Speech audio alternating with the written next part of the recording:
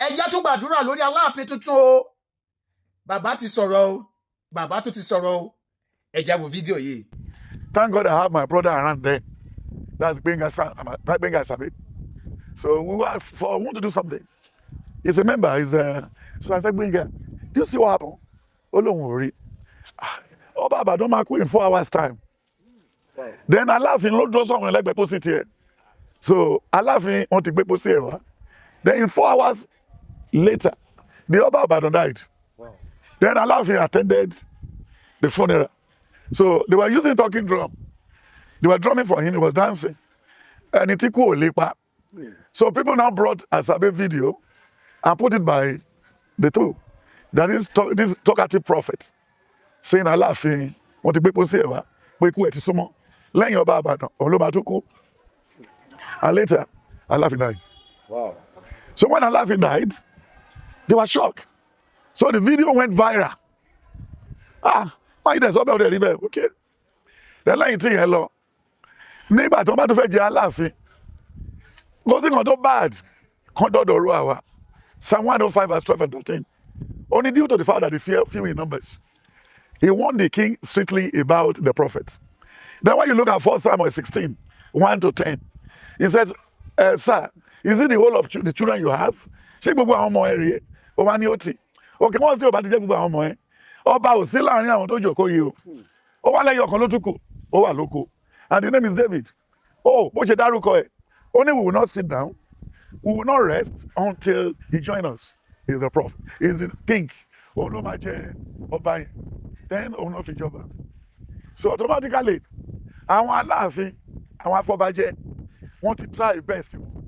Wọ́n ti mú list jáde. Then kí Ṣèyí Mákindé ìyẹn ò kàn area yẹn ò kàn. But this ló ti kàn ń gbé òun lọ gbé bàbá Wándé wá tó jẹ́ professor of Ifá, professor of this and that. But lay down rule ló ti wà. Àwọn tó yìnbọn ti wà. Nínú wọn ti kú. I predicted 2 will die amongst the afọbajẹ and the 2 is already gone. Wow. So the Lord revealed to me, yes, all those ones. So now this very one that is there is the wrong Aláàfin. They are going to remove him. Or he run away. It's 2 things that will happen. Then they are going to sit down again and repeat the new Aláàfin. But the one they have now, what the Lord revealed is the wrong one. Is what? Is the wrong one. Aláàfin tó ń yàn yìí kọ́ ni the right one o. Wọ́n ṣe máa yan ẹni kọ́ láti yan ọba tó ń yan ọba. Abacha ṣe gbogbo wọn ṣe. So the best of the governor is not enough. He should do more. So question to be Aláàfin tó wà ń bẹ yìí o. Kì í ṣe the original Aláàfin. The original Aláàfin can come in the month of March or April. Torí wọ́n ti dàrú sínsìn. Then Gbàdégẹ̀ ṣe tó ń fẹ́ fi sí tẹ́lẹ̀. Ó ní nílé ìjì Ọ̀dùnmọ̀dà Fódìò. Ìyẹn làwọn Àtíkù fi tì lẹ́yìn. Láti rí bíbá wọ Yorùbá lára. So òun ò lè wá mọ́. He said I could cooperate pẹ̀lú the new one. Then ẹni tó yẹ kó jẹ Aláàfin. Òun náà pè lẹ́ni ìtàn. Lẹ́gẹ́lẹ́gẹ́ dúdú wọn ti jẹ. Then South Africa ló ń gbé tẹ́lẹ̀. Lọ wo fídíò yẹn. Ó wà ń bẹ nígbà tó kú. Mo ti predict ẹ. Èmi ò sọ wípé Ọlọ́run kọ́ ló rán bàbá yìí níṣẹ́.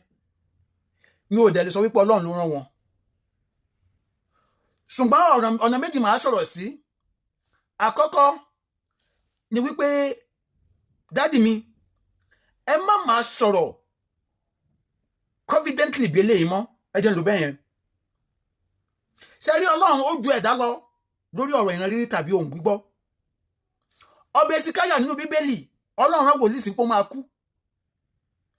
Nígbà tí wòlíì yẹn jẹ́ṣẹ́ fún Ọba Hesekiah wọlé ó kúnlẹ̀ sí Ọlọ́run pé Ọlọ́run ó mọ̀ pé mò ń sìn ọ́ ni mi ò gbọ́dọ̀ kú.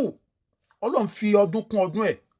Kálí wòlíì yẹn ti wá sọ̀rọ̀ confidently jù pé tó o bá ṣẹlẹ̀ ajẹ́ pé kì í ṣe Ọlọ́run ló pè mí ṣé wòlíì yẹn ṣé kò di fumble. Ó yé yín wòlíì yẹn ti ṣe kí ni ó ti fumble nìyẹn. So tọ́lọ́run bá tiẹ̀ sọ ẹ má sọ confidently pé dẹ́gbẹ́já ó máa kú ẹ mọ̀ ni ní ó yọ ni. Nǹkan tó yẹ ká ẹ sọ ni pé Ọlọ́run fi hàn yín pé nǹkan báyìí máa ṣẹlẹ̀ ṣùgbọ́n ó ṣeé ṣe tó bá gbé ìgbésẹ̀ àdúrà ó lè má ṣẹlẹ̀ mọ́. Torí àwọn bàbá wa wọ́n máa ń sọ nínú ìjọ alásọ̀rọ̀ fún ìjọ Kérúbù àti Séráfù wọn ní aládùúrà ní ọ̀gá ríran. Ṣùgbọ́n àwọn wòlíì wa ní ayé ìsìn ìran yẹn ẹlòmíì gan fẹ́ ó fẹ́ gbéga ju Ọlọ́run lọ. Over confidence ó ń pa ọ̀pọ̀lọpọ̀. aládùúrà lọ́gọ́ ọ̀gá ríran ìwọ lè rí lóòótọ́ ṣùgbọ́n bó bá wu Ọlọ́run ó lè yí padà kó má rí bẹ́ẹ̀ so tó bá ti fi too much confidence sí wàá padà di èké wòlíì onífà tí confidence tí àwọn bàbá wọn fi sí ju paparazzi yẹn Ọlọ́run gan wò ní wò pé ọ̀pọ̀lọpọ̀ fẹ́ gba ògo fún ara ẹ̀ Ọlọ́run wọn fi òpé dààmú ọlọ́gbọ́n yín kò wá kí jẹ́ kí nǹkan yẹn ṣẹ làwọn yẹn fi sọ pé ìrọ̀lẹ́ ń pa ẹ lè rí lóòótọ́ ṣùgbọ́n ẹ má máa sọ bẹ́ẹ̀ nípa ẹ̀yin lọ Ọlọ́run tó fi ràn yín han ara yín ẹ jẹ́ ká mọ̀ pé ṣe ni wọ́n fi ràn yín bó bá wọ Ọlọ́run lè má jò ṣẹ bẹ́ẹ̀ ni bàbá dáadáa bó wò ó tẹ́ni lẹ́yìn ẹ bá ẹ mọ̀ bí ẹni yẹn gbọ́ngbà tí ó gbọ́n kí nìyẹn ó lè mọ àwọn social media bí ó ti kúnlẹ̀ ó ti gíra níwájú Ọlọ́run pé Ọlọ́run jọ èyí dẹ̀ ti fi confidence ẹ ti sọ pé tó bá ṣẹlẹ̀ ajẹ́pẹ́ ẹ̀ sí wòlíì mọ́ bí bàbá mi kan tó ní Tinubu bá ti wọlé àsífàn pè yẹn bàbá yìí tó sọ ń gbà yẹn pé tí Tinubu bá wọlé wọn á padà sí di fáwọn Tinubu máa wọlé báyìí Tinubu máa ti lo more than year náà sí bàbá máa padà sí fà over confidence ìdàkejì ẹ̀wẹ̀ òun ni wípé tí Ọlọ́run bá fi nǹkan hàn yín bẹ́yẹn sà ṣé gbàgbọ́ Ọlọ́run yẹn ò kì í fi solution tí ń dín ni because being a prophet and being a man of God kò yẹ kí ó jẹ́ nǹkan ìwúrí fún yín tí àwọn àyànfẹ́ bá ń ṣubú ní our society so tẹ́ bá tiẹ̀ rí nǹkan sí wọn ó yẹ kí ẹ máa bá wọn bí Ọlọ́run pé Ọlọ́run kí ni àwọn èèyàn lè ṣe tí náà búburú yóò fi ṣẹlẹ̀ wọn lórí ẹ wo nínú Bíbélì nígbà tí Ọlọ́run fi àlá hàn Joseph pé ìyàn máa mú ní Egypt Ọlọ́run máa provide solution fún pé sọ pé ká máa ṣe kí ni ká kó oúnjẹ pamọ́ nígbà tí Ọlọ́run sọ fún pé ikú àkọ́bí máa jà ní Egypt Ọlọ́run máa sọ fún Mósè sọ fún àwọn Ísírẹ́lì pé kán ṣe àmì kíní ọ̀dọ́ àgùntàn sí ẹnu nàlẹ́ wọn fún gbogbo nǹkan tí Ọlọ́run máa ń sọ gẹ́gẹ́ bí àsọtẹ́lẹ̀ ní Bíbélì látẹnu àwọn wòlíì ẹ̀ ó máa ń provide solution ṣùgbọ́n ẹ̀yin bàbá wa ní Nàìjíríà ẹ̀yin kan máa sọ sákálá ẹ wá jókòó tí ìrìn àyẹ̀ pé kó lè ṣẹ ẹ jọ abẹ́yìn ni a fi àmì òróró yín bẹ̀yìn a fẹ́ káwọn àjànfẹ́ máa ṣubú láwùjọ wa tó bá ń bá fi hàn yín ẹ bá wa bí Ọlọ́run wípé kí làwọn ènìyàn lè ṣe tá a lá yẹn ìran bí yẹn tó fi ní ṣẹ ṣùgbọ́n ẹ̀yin ẹ fẹ́ kó ṣẹ ká lè sọ pé bàbá yẹn sọ bẹ́ẹ̀